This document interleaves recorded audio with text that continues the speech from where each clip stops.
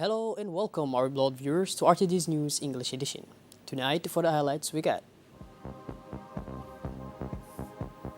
official launch of internment units of community development mutuals.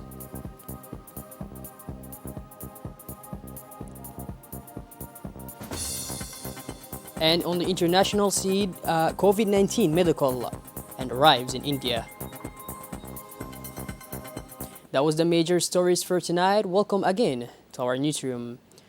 Congratulatory telegrams from the leaders and brotherly and friendly countries, as well as illustrious personalities leading important international, multilateral, continental and regional organizations, all welcoming the re-election of the head of state, His Excellency Mr. Ismail Omar Guelleh, continue to arrive at the presidency of the Republic. The presidents of Burundi, Tunisia and Niger are the latest heads of state and government to send their warm congratulations to President Ismail Omar Guelleh. In the telegram sent to his Djiboutian counterpart, the Burundian President, His Excellency Evarsiri Ndayishimiye, reported a resounding victory, a guarantee of popular support. Thanks to your wisdom and determination to mobilize the Djiboutian people around your political program, the letter has reaffirmed its faith in your leadership by entrusting you once again with the destiny of your country, wrote in substance the Burundian President. The Tunisian President, His Excellency Kais Saied, has also, in the similar message sent to the head of state, abounded in the same sense, and then took advantage of his telegram to reveal his conviction in the opportunity that constitutes the re-election of President Guelleh to have a strengthening of the level of consultation and cooperation between the two countries and the two brotherly peoples. As for the President of Niger, His Excellency Mohamed Bazoum, he described the massive reinvestment of confidence that President Ismail Omar Guelleh has just received as the logical consequences and just reward for the many positive achievements recorded in Djibouti under his leadership. I would like to extend my warmest congratulations to you and to the Djiboutian people and institutions who have once again shown through this election their support for Your Excellency's action for democracy, peace and prosperity in your country, said the Nigerian president, who expressed his determination to work together with his Djiboutian counterpart to increase the level of exchange and cooperation between the two sister nations. In addition to these leaders at the head of brotherly and friendly countries, the president of the Friendship Group, Franz Curtis of the Horn of Africa and Vice Chairman of the Committee on Foreign Affairs and Armed Forces of the French Senate, Mr. Kedrick Perrin, is also among the parliament personalities who have sent a message of congratulations to the head of state. On behalf of the Group of Friendship France countries of the Horn of Africa of the French Senate, I wish you full success in the accomplishment of your high mission following the elections which took place in your country and which renewed your mandate to the presidency of the Republic, indicated Mr. Kedrick Perrin. Our group is particularly pleased that the elections were held in a calm atmosphere and that you are able to pursue your development policy for Djibouti and your commitment to regional stability, he continued. A similar message came from the Director General of the United Nations Educational, Scientific and Cultural Organizations, UNESCO, Mrs. Odiozeli, who took the opportunity of her congratulatory telegram to rejoice in the fruitful cooperation between the Republic of Djibouti and UNESCO, and personal congratulations President Ismail Omar Guelleh for the scale of the efforts undertaken under his leadership for more than 20 years by the Republic of Djibouti for the reform of its educational system. An official ceremony of the launching of microcredit funds of community development mutuals was held yesterday morning at the hall of Ali Sibeh City, organized by the Ministry of Women and Family, with the technical and financial support of UNEFPA and the European Union. A strong delegation led by Mrs. Moumina Hamad Hassan, Minister of Women and Family, accompanied by Mrs. Aisha Jama, the UNEFPA representative in Djibouti, Mrs. Anissa Hassan Bahdon, Secretary General of the Ministry of Women and Family, and the representative of the Salam Bank in the EU went to the region of Ali Sibeh for the launch of a series of activities in the 5 regions from 26 to 29 April 2021. Upon their arrival, the delegation was welcomed by the Djibouti Prefect, Mr. Qadar Idris Suge, the Vice President of the Regional Council, Mr. Noor Saeed Guldon, for integrated development through the empowerment of women. This project, Community Mutuals, is a project launched by the Ministry of Women and Family with the technical and financial support of UNEFPA, United Nations Population Fund. They were created by presidential decree in 2018. Since 2017, this project has been carried out in 42 localities in the 5 interior regions. In the 2020, it has seen an expansion of 40 new mutuals, 30 in Djibouti City and 10 in the chief towns.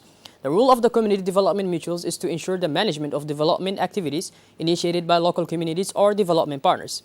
The objective is to involve rural communities in development projects by organizing them and providing them with tools that will enable them to face social risks and development challenges in their communities and solidarity. The valorization goes through the economic empowerment of women and men in rural areas. This is the easiest way to eradicate poverty and achieve inclusive economic growth.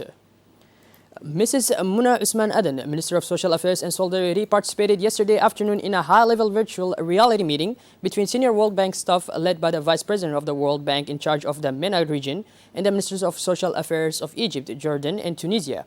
In addition to four panelists, 200 participants from different backgrounds involved in the issue of social protection, followed by the debates of this meeting, organized under the theme The Future of Social Protection in the MENA region, turning an unprecedented crisis into an opportunity. First to speak after the Vice President of the World Bank, Mrs. Muna Usman Aden, said that the social consequences of the COVID-19 pandemic are heavy and are likely to be even heavier as they disturb the lives of everyone and jeopardize the gains and investments made over the years in social development, straining social protection and consolidating human capital. Recalling that the Vision 2035 launched by the President of the Republic has already recommended to leave no one on the sidelines of the development path, the Minister indicated that this is how the commitment to the establishment of National Social Protection Floor was born. This foundation is at the heart of our national social protection strategy, she said, and has moved Djibouti from an approach based on humanitarian assistance to one based on the right to social protection. Mrs. Muna Usman Aden finally observed the coronavirus pandemic that has strained us in scaling up productive inclusion programs, especially for women and youth, a productive inclusion strategy that has been finalized with the support of the World Bank. The representative of UNICEF in Djibouti received by the Secretary of State for Youth and Sports. The Secretary of State and Mr. Hassan Mohammed Kamil received in his office the representative of UNICEF in Djibouti, Mrs. Melva Johnson. This meeting, which took place in the presence of the Secretary General, Mrs. Khadija Ibrahim, allowed the two officials to discuss and exchange about the cooperation between UNICEF and the department in terms of youth activities and sports. At first, Mrs. Johnson emphasized the importance of sport as a vector of social cohesion, health, and education. She added that sport is an effective means of development and well-being. She continued by emphasizing the importance of establishing a framework for cooperation for a better result. The Secretary of State welcomed the visit and recalled that the existence of cooperation with UNICEF and confirmed the words of the representative concerning the demographic importance of youth, which represents about 70% of the population.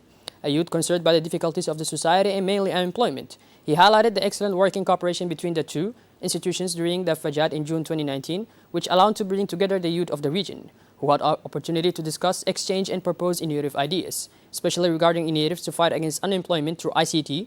The two parties then proceeded to the signing of a partnership agreement. Several projects in favor of youth were discussed and agreed upon. As part of the evaluation of pharmacovigilance activities in the national health structures, a large-scale workshop was held at the L'Oreal Hotel. The participants were welcomed with pharmacovigilance and an expert from IGAD in order to evaluate the national pharmacovigilance system. In this sense, at the end of the workshop, it has planned to conduct an evaluation based in all the health structures of the country, and this activity will be carried out with the collaboration of the NIRMA, the support of the USAID Medicine Technologies and Pharmaceutical Services program in the World Bank. This evaluation activity will be facilitated by pharmacovigilance experts from the mRNA with support from IGAD and MTAPS, and a pharmacovigilance expert from the Ministry of Health in strengthening the pharmacovigilance system. Moving on, Djibouti Port Corridor Road held yesterday a meeting with the various insurance companies of the place at the DIFTs located at PK23. This meeting, chaired by the Director General of Djibouti Port Corridor Road, Abdi Ibrahim Farah, brought together representatives of insurance companies, namely GXA, Amgar, and Paul Insurance. This appointment meeting aimed to better reflect together on the risks related to the accidents on the corridors and in order to find ways to save human losses through awareness campaigns. The reinforcement of road safety was among other things on the agendas of this meeting.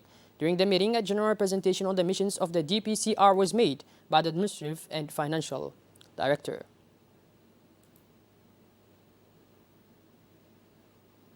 A new library was inaugurated today at the Damarjog School.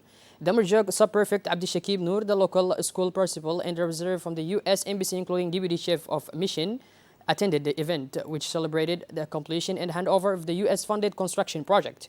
This project created local jobs and was built by a Djiboutian construction company employing a Djiboutian workforce. This initiative is part of the strong bilateral cooperations between the U.S. and Djibouti governments to create educational and employment opportunities for the Djiboutian youth. Since April 25, 2021, the date of the launch of the second phase of vaccination by MENFOP, Mustafa Muhammad Mahmoud, the daily number of people vaccinated has not stopped growing, and this under the supervision of the Director General of Education, Mr. Abdi Derageri. Indeed, we attend every day the visit of about 200 people, mainly teachers. Among these people, 100 are vaccinated on the spot immediately. Another 100 are giving the PCR test and prefer to postpone their vaccination for the next day after the test result.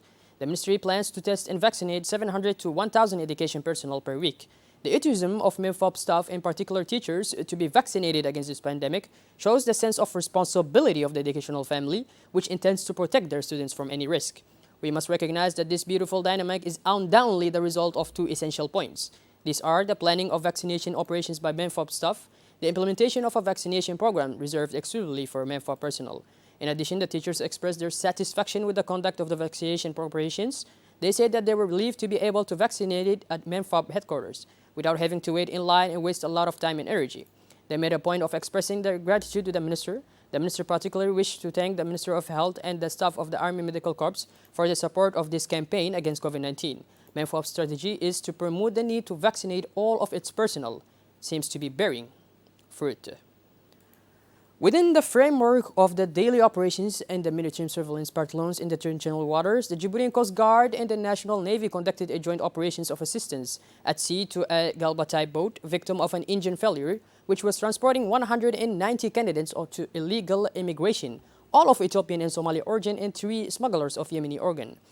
In the night of April 25, 2021, at about 11 p.m. of Godora, about 20 women were among the people on board. This boat, the Djiboutian Coast Guard patrol boat, reversed one of the candidates for illegal immigration in order to avoid the sinking of the overloaded boat. The Djibouti Coast Guard continues to fight relentlessly to prevent traffickers from taking advantage of people's misery and to rescue would-be immigrants on board overloaded boats without safety jackets, who are at great risk of perishing by sinking. The investigation concerning the crew members has been entrusted to the Research and Investigation Brigade in charge of the judicial affairs of the Coast Guard, and the individuals responsible will be brought to justice.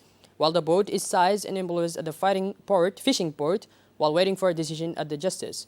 The Djiboutian Coast Guard has noticed an increase in attempts at illegal immigration activities by traffickers who want to take advantage of the blessed month of Ramadan. A heavy rain fell yesterday morning around noon in Ali Sibeh. A torrential rain accompanied by strong winds. The rain did not cause any damage except for the flooding of the wadi located in the city center, which disturbed traffic and pedestrian crossings at this level. This heavy rain has made the climate of the city as a joke more pleasant today, which has also delighted the population of Ali Sibeh in the middle of Ramadan. The rain announced for a few days by the Direction of National Meteorology has also noted rainfall in the north and off the coast. Thus, the moderate intermittent rain appeared early yesterday morning in the region of Obokh and the coastal areas. Nevertheless, in this period or presented rainfall is expected, vigilance is still required. Road and sea users should take their precautions before setting off, as already this afternoon the sky is overcast over the capital and risks of rainfall are to be feared. Shifting focus towards the international scene, the first shipment of British medical has arrived in India. While many people in the capital are on oxygen, this Tuesday morning in New Delhi, nearly 100 oxygen concentrators and as many respirators were uploaded at the airport. This is the first of 9 flights expected this week. The World Health Organization called the situation beyond heartbreaking. WHO is doing all it can, providing essential equipment, including thousands of oxygen concentrators, perfected mobile field hospitals, and laboratory supplies, Tedros Adhanom Ghebreyesus, WHO Director General, said. The Indian government has arranged for oxygen tankers to be sent to New Delhi by train. The American President Joe Biden promised India an emergency aid and unfailing support. This was welcomed by the Indian Prime Minister Narendra Modi. The United States will send competence for the production of vaccines of medical equipment. Members of the European Union, including France and Germany, are mobilizing to provide assistance. That was it for our edition for tonight, our beloved viewers. Thank you for being with us and make sure to stick around for the French edition up next. Thank you and have a lovely night.